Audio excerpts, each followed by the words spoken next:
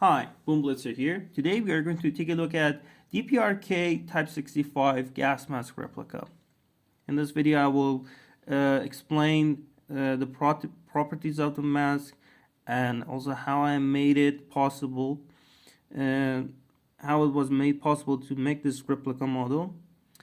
So first off, my main motive to make this mask was actually after I acquired a DPRK Type-65 filter, which was a really surprising find, and immediately after I bought it, I got this idea to actually make a whole facepiece for the filter.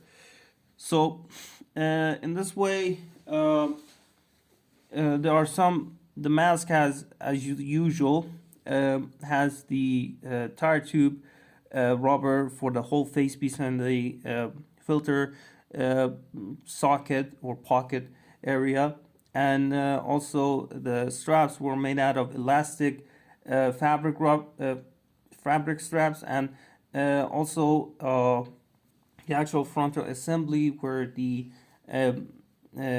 you would say outlet valve and voice emitter is located is made out of a plastic jar, and there are some design differences that I will mention in here. So the other thing I should mention, the actual glasses are made out of polymer glass sheets, and also the eye lens holders are made out of oil can.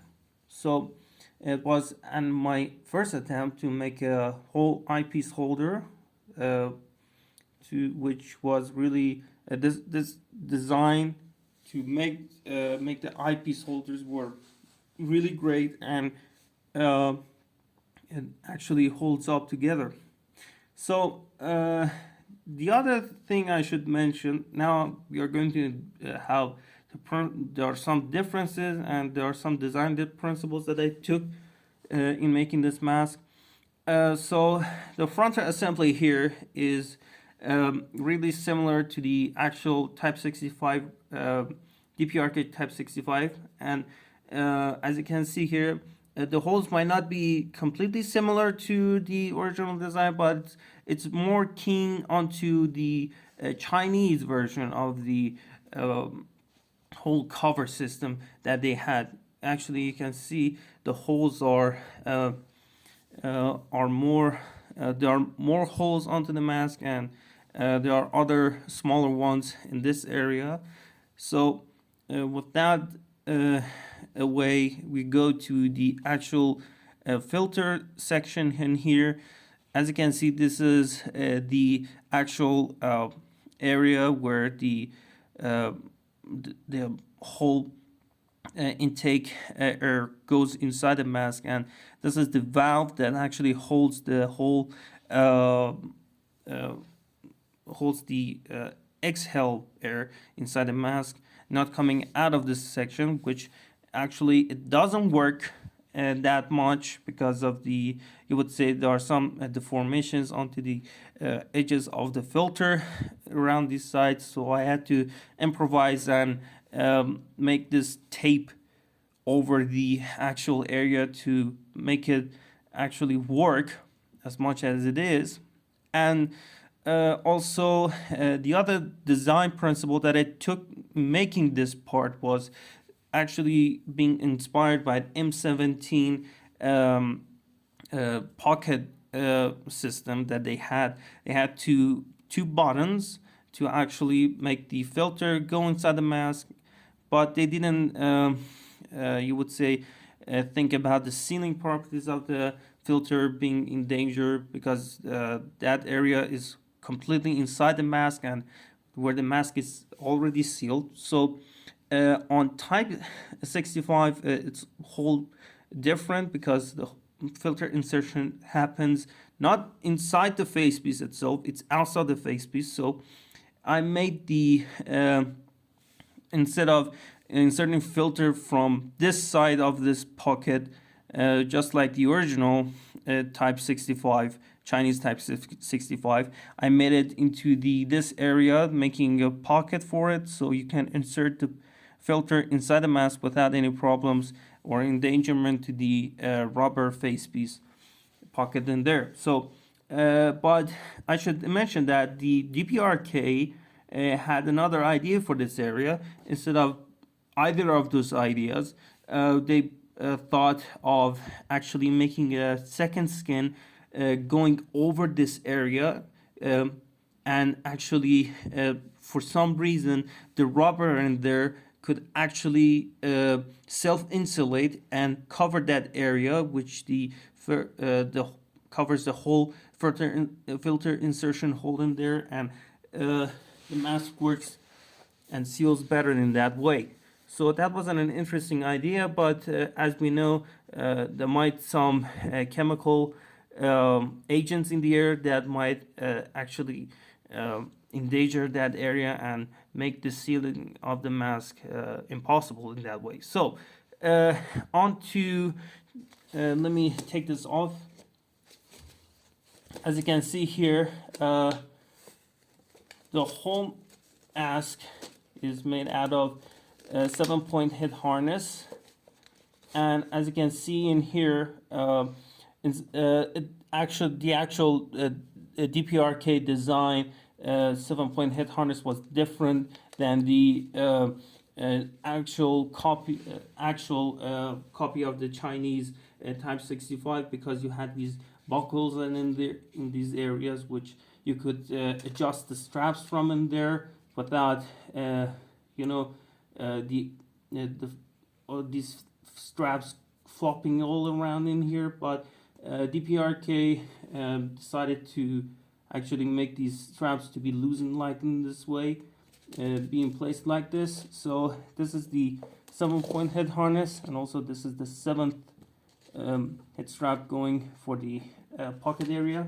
So onto the frontal area, we have this. This is how the assembly looks from front. Also, these are the eyepieces. The camera picks it up, and also this is inside. I should get this styrofoam out.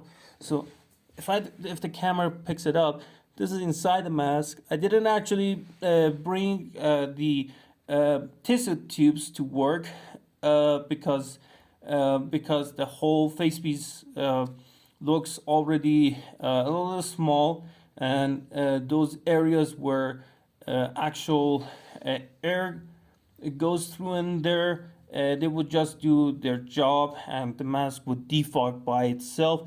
But I know it's not a very good design choice because the lack of time and space and equipment that I had at the time.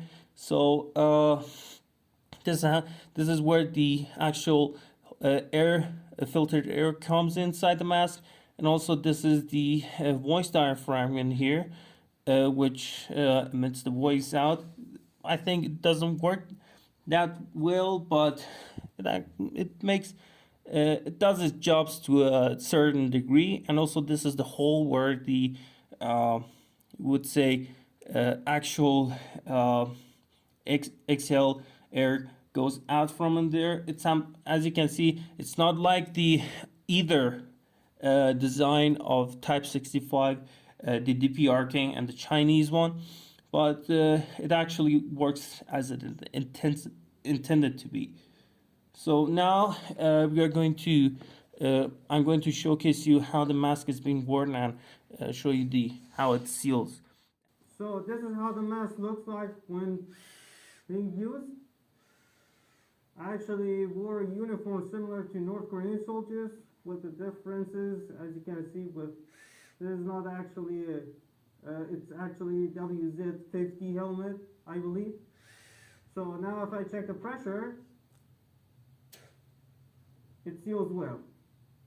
So the DPRK Type-65 was a fun and challenging mask to be made, especially considering the way to insert the actual filter inside the mask, and also all of those ways that I try to make the mask seal in that part, particularly when I took into account the many times when I try to make sure the mask seals well.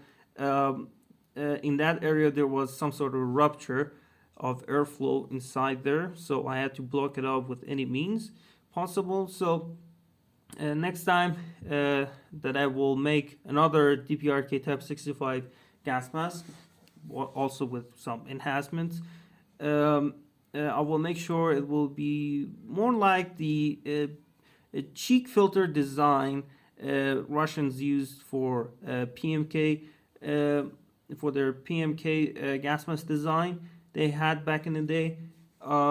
It's much more convenient, and also and not only inconvenience of in design, but also how really easy for you to change the filter. So the other thing that I should highlight about this mask is actually using a actual DPRK Type-65 filter, which at some point back in the war we had those filters, these masks being used by small amounts, I believe, because there are not so many copies around. It's much of an item of rarity, not only in my region but also the whole world. So this was a really good, you would say, a use of really rare filter inside this replica model of the mask. Now you would say it's much more protected than any time ever. So that's all was for today's video. I hope you enjoyed this video as much as I did. If you have any thoughts or any ideas, you can drop it in the comment section below, and I'll see you in the next video. Bye for now.